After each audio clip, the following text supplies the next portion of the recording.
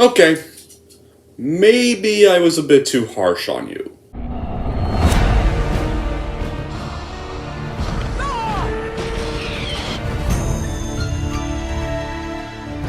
Those were up, and they did. More smarts and my...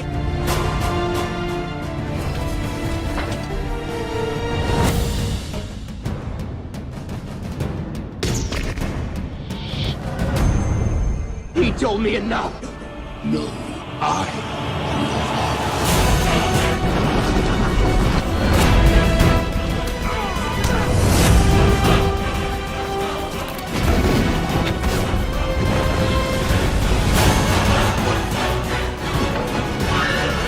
Here's Chuck.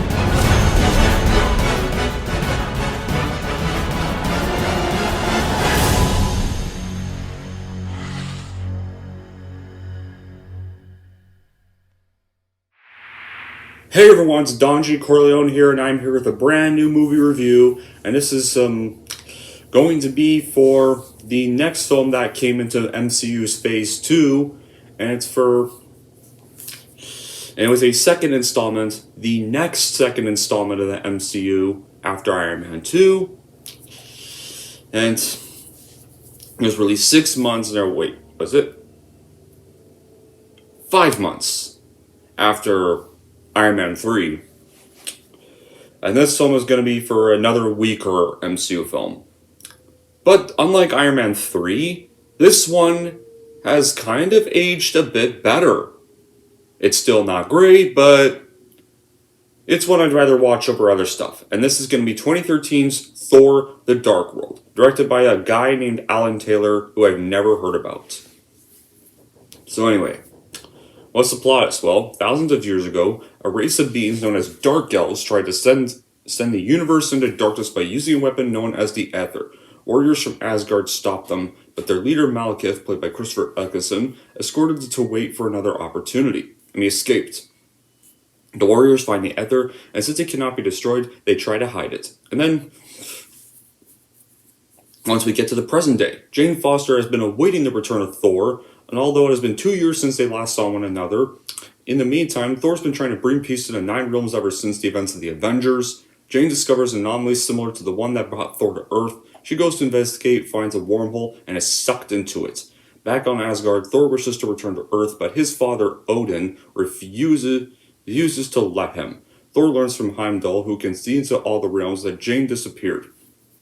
Thor then returns to Earth just as Jane reappears, but when some policemen try to arrest her, an unknown energy repulses them. Thor then brings Jane to Asgard to find out what happened to her. When the energy is released again, they discover that when Jane disappeared, she crossed past the Ether and it entered her. Malekith, upon sensing the time to strike is now, seeks out the Ether. He attacks Asgard and kills Thor's mother Frigga, who is trying to protect Jane at the time. Odin wants to keep Jane on Asgard so that Malekith will come, and Thor disagrees with his plan. So with his course, they decide to take Jane away, and he's reluctantly forced to enlist the aid of his treacherous brother Loki, especially after who's been in prison following his crimes in both the first Thor movie and the Avengers. Unfortunately, Loki's motivations remain unknown. So anyway, how is this made? Well, in April 2011, before the release of the first Thor movie, Marvel Studios president Kevin Feige stated that following the Avengers, Thor would go off in a new adventure. Kenneth Branagh, director of the first film, responded to his comments that it was kind of the news to him, and what he would say to that is that he was thrilled that they were confident, but he should wait for the audience to tell us whether there should be a second one, and if that's a nice conversation to be had among all of them, it would be thrilling. But he had too much Irish superstitions blood in him to ensure that Thor 2 would happen. But if Marvel says so, then he guessed it would be true. Feige later explained that Marvel Studios would gauge how well Thor did at the box office before announcing sequels. But he stated that Don Payne was working on story ideas for a part 2, and they had various options with Ken Branagh to discuss coming back, but right now the focus is on the first one. Then in June 2011, we all know Thor was a box office success. And so, sequels did happen, was all confirmed. And Disney set a July 2013 release date for the Thor sequel, with Chris Hemsworth obviously coming back. And it was reported that Branagh would not be returning as director, but would likely be involved in a producing capacity. And the Los Angeles Times cited the long commitment necessary for a special effects heavy epic and the pressure to start the script process right away as reasons for Braniff's departure. Although he was initially enthused by the chance to direct the sequel, Braniff noted that it was a long time making the first film and they were too quick for him to get straight back to another. It was a kind of a pleasure experience in a film he was very proud of. And the following day, Marvel formally hired Payne, one of the credited writers of the first film, to script the sequel. Then in August, Brian Kirk entered early negotiations to direct the film. The film would have marked Kirk's first time directing a big-budget motion picture after having directed television series for HBO, Showtime, and the BBC, and one of them included Game of Thrones. Tom Hiddleston was even confirmed to return in September 2011, and that in the film, Loki would have to take responsibility for what he's done, obviously, and future Wonder Woman director Patty Jenkins even entered early negotiations with Marvel Studios and Disney to direct the film, since Kirk had eventually passed on due to contractual sticking points that arose during negotiations. Then later in the month, Feige stated the sequel would take Thor literally to other worlds, and probably be the journey of that character, seeing Jane Foster and how the new dynamic with his father is working out, as well as with the broader stakes for the 9 worlds. Then in October 2011, Marvel confirmed that Jenkins would direct the sequel, and Natalie Portman would return to star. Disney then moved the release date for the film to November 15th, 2013, but we all know Jenkins backed out of the film, and Alan Taylor eventually was the new director and officially stuck around. And it was slightly moved, and the release date was slightly moved up to November 6th, 2013, a week earlier. Taylor even wanted the film to be more grounded than the first film, inspired by his work of Game of Thrones. And he hired Carter Burwell to compose the score, but then they replaced him with Brian Tyler, a composer they were familiar with the Iron Man films.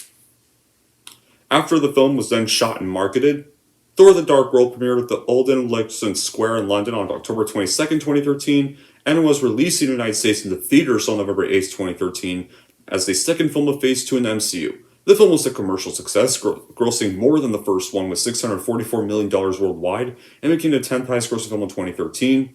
It did receive praise for the performances of Hemsworth and Hiddleston, visual effects, and action sequences, but it was criticized for the generic villain and the lack of depth. And Alan Taylor later went on to express his dissatisfaction with the film, because apparently Marvel had altered it from his original vision during post-production. Then again, Marvel's pain in the ass apparently to work with for a lot of directors. They like to alter everything. We all know 2 more sequels followed, Thor Ragnarok and Thor Woke and Blunder. Now, as for my reaction to The Dark World, well, I do remember, like a lot of people, I did used to really hate this movie, and temporarily called it the worst MCU movie long before some much worse stuff in the MCU came out. I originally thought it was just boring, slow, generic, even horribly lit at times, and just not enjoyable to get through in the slightest. And I was kind of starting to question the future of the Infinity Saga, before the Winter Soldier saved it. However, as the years progressed, much worse Marvel films released, and after Endgame, I've started to appreciate this movie slightly more. Now, I don't really hate it a lot now. Is it still a good movie? No. It's still not good, but it's not as bad as it once was. I mean, at least Thor wasn't treated as a dumbass joke in this movie like he was in last year's Thor movie, or like he was in Endgame. At least they didn't make Thor a dumbass, and actually treated him seriously. To be honest though, I was just never really a big fan of Thor to begin with. And this movie kind of just proved it to me again.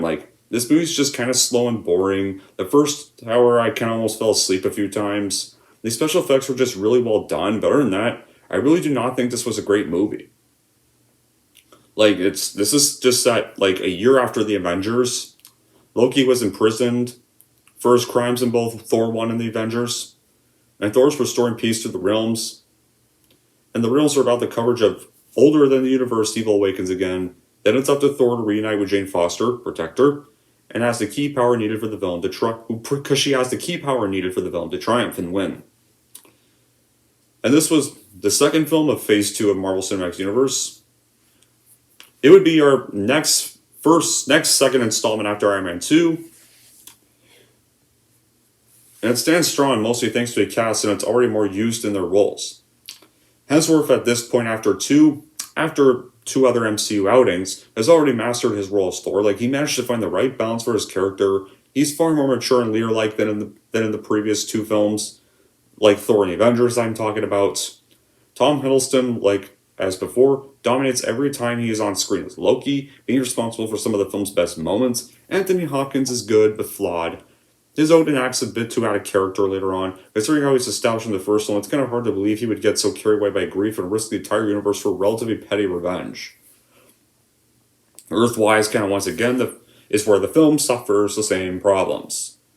Natalie Portman is a bit weaker here than the first one, which is kind of a very big problem, considering that her role is much bigger here.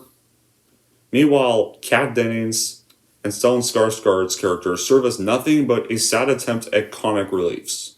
Skarsgård in particular, his character, who was so serious and intelligent in the Avengers and Thor 1, he's reduced to a pathetic loon that has little to do with how his character has been presented before, and I'll get to him later. The plot is inventive, the expanding of the Marvel Universe is nice here, the whole Dark Elf storyline was good, and the villains are fine, alright-ish, and the concept of the Aether, while somewhat underdeveloped, is nice. Sif and the Warriors 3, as well as Heimdall, are fun to watch, even though they're a bit underused here, and they barely even get a lot of screen time in this movie. Even Thor 1, they got more screen time. And the special effects and action scenes were even nice as always, and even without Kenneth Branagh, Asgard kept the same fantastic yet medieval look from the first film, and the final battle with the characters moving through dimensions was a particularly good visuals feast. And apart from Hopkins' questionable performance and Christopher Eccleston's questionable performance, the performances are still excellent. Like, Hemsworth is even better here as the God of Thunder, but it's also Tom Hiddleston's performance as Loki, which further steals the show again. Like, Loki's just without a doubt a joy to watch on screen, and always demands attention as it's never quite clear what he's about to do. It's like this unpredictability that undermines a true villain Malekith, who is fairly weak in comparison though. And the Dark World even made a wise choice in stepping up to its sequel. It tends to explore worlds beyond Asgard and Midgard, and innovating more details around this absurd universe, because if your source material has a world this rich, it makes your everyday reality look boring and define escapism, but the joy stumbles when it just goes to this storyline. It's like the opposite of the first movie. Here it just works better when it simply shows the heroes fighting off the bad guys, and it feels forced when it just tries to pull off a drama. Now when it comes to the just two Thor movies in general, Thor 1 was focused on characterization and plot. This movie is just more focused on more action than plot. It appears that the director or writer was just focused on making the movie more exciting than the first one. They came up with some plot devices to fit it in with the Aether. It's particularly uninspired as a choice for the big bad. It's an excuse to skip writing any characterization for the antagonist. Like, he's just this generic, hey, I'm just an evil entity that's Charlotte and just short there and just wants to destroy the world because I'm evil. Let's work. Yay! Let's work for us! What the filmmakers probably thought. But yeah, if there's one great thing of this movie, it's obviously Tom Hiddleston. Like, the dude just wears Loki like a second skin at this rate. He just steals every scene he's in. The character Loki would, in anyone else's hand, be as simple as one-dimensional as all the other characters in this movie. But Tom Hiddleston brings a subtlety to the role that could easily be reduced to scenery chewing. Like, he's a master of the grin that conveys all at once the mischief of a little boy, the evil of a true villain, and a bit of the resentment of the orphan and overlooked son. Like, I was kind of paying much more attention to his character anytime he was on screen, because I find his portrayal to be borderline on a subline, and Loki in general made these Thor movies entertaining. And heck, one scene did get a chuckle out of me, where they're pretty much him and Thor walking down this path, and one of Loki's disguises is Captain America himself. Like, I bet you would envision me as one of your little buddies from work. I'm sure you missed him a lot. And he disguised himself as Captain America, thinking that Thor would tolerate him more in that disguise. Of course, Thor obviously does not fall for it. But I thought that was pretty clever. Like, he kind of disguise himself now, and I really like that this movie at least still tried to be serious. Like, sure, it could get a little too serious, but hey, I'll take a serious Thor over a goofy, dumbass Thor in Phase 4's era. A lot. Like, at least this Thor didn't feel like a joke. I mean, here, I kind of miss the, like, this is why I kind of missed the first two, because Thor actually was like in the comics in the first two films. But since people didn't like this Thor, and because technically Hemsworth didn't like playing the character because he had to act so serious all the time, Marvel went ahead and decided to make him comedic. Ragnarok, his comedy was fine because comedic Thor didn't overshadow Ragnarok, and Thor only said jokes when he needed to in Ragnarok. Infinity War, even in Infinity War, he dropped all his jokes. And then Endgame, while I understand why they kind of made him like his Endgame self, but come on, guys, you could have just tried to add a bit of seriousness to his depression in Endgame, and try, because, never mind. I'm going back to this review. I'm getting off topic. The reason this is among the weakest MCU films is because of all these bad qualities that did make me hate the film at the time. Now we get to Eric Selvig. First off, I mentioned Eric Selvig before, how he was a loon. Eric Selvig, yeah, he's a big embarrassment in this movie. Oh my god, like, our first scene of him is running around a landmark butt-ass naked. Yeah, I totally want to see some old guys bare ass in the MCU. Gross. And he even does not wear pants when he meets Thor again because, oh, it helps him think better. Isn't you not wearing any clothes got you arrested? Like, this is your next appearance for Eric Selvig. Yeah, he's brainwashed, but you have to make him run around naked, nude, on live TV? No one wants to see that. Disgusting. Then there's Jane Foster. She just serves three unfortunate purposes, and they're the plot device to get Thor to Earth, his deathless love interest, and a damsel in distress. Like, she just literally spends the second half of the film knocked out, has no speaking lines with Loki after the infamous slap that was for New York, and barely any lines of note with Thor either, for that matter. She does get to be of use in the final battle this time, but it's a little too late. Like, and Foster and her friends just kind of needed to be written out of the story by this point, because they just served no purpose. Then you got Malin Argrim/Curse. Neither character has any real depth. The director even said that unfortunately most of it was left on the cutting room floor because Marvel interfered with his work. Even though Curse does most of the brute strength work in the movie, and Mal really doesn't get to do anything groundbreaking until the final battle. They are deliciously entertaining and menacing, but they're everything Loki failed to be in the first two movies.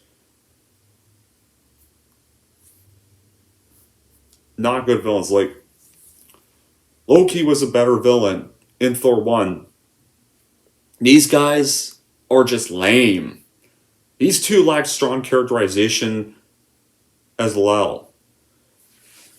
I mean, the actors did work with what they had to do, and they did it fine.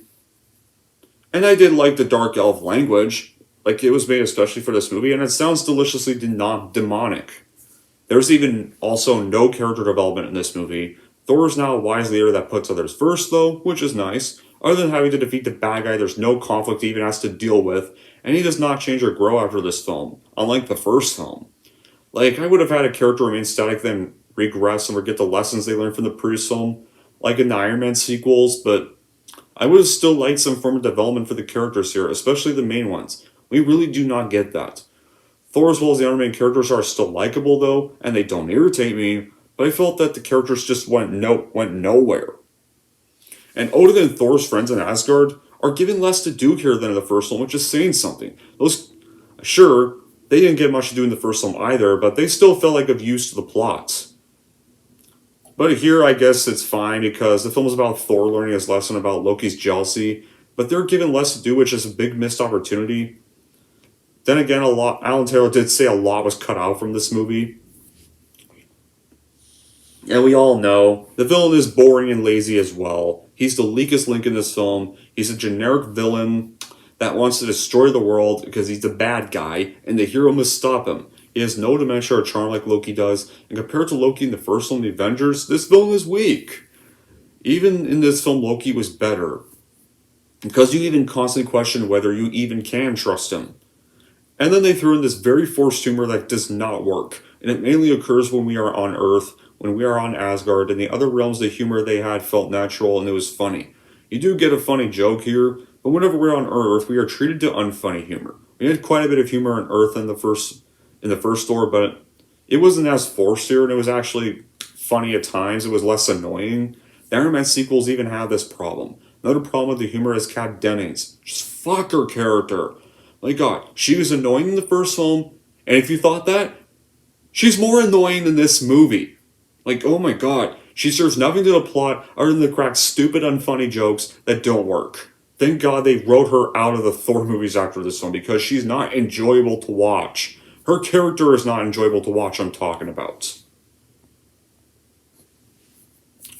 And the pacing is uneven and sporadic, with way too many breaks for exposition, which brings me to this. Too many things just set up and not enough payoffs, like whatever happened to the Asian guy in the beginning.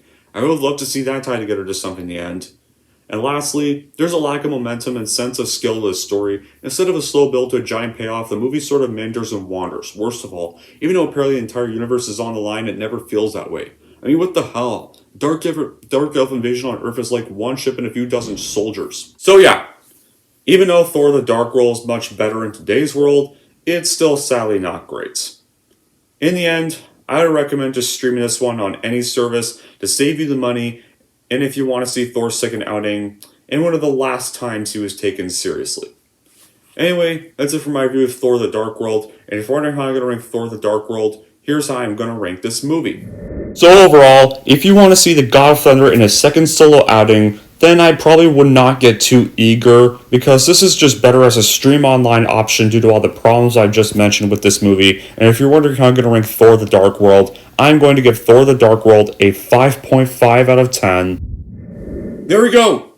That wraps up my review for Thor the Dark World. The reason this was not a rant is because, like I mentioned, the movie has aged slightly better than Iron Man 3.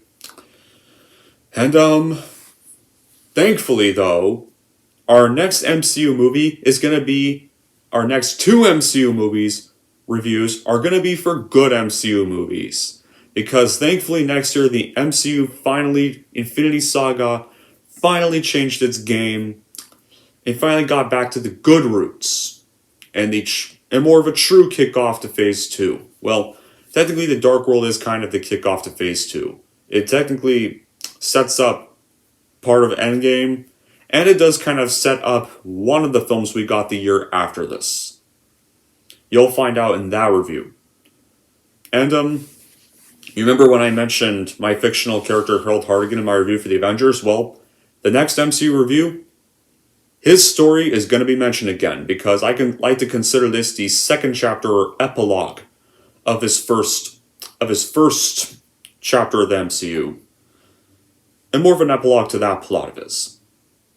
So yeah, till then guys, that will be it for this review. Thank y'all for watching. If you like this and want to see more, don't forget to like, subscribe to Don G. Corleone.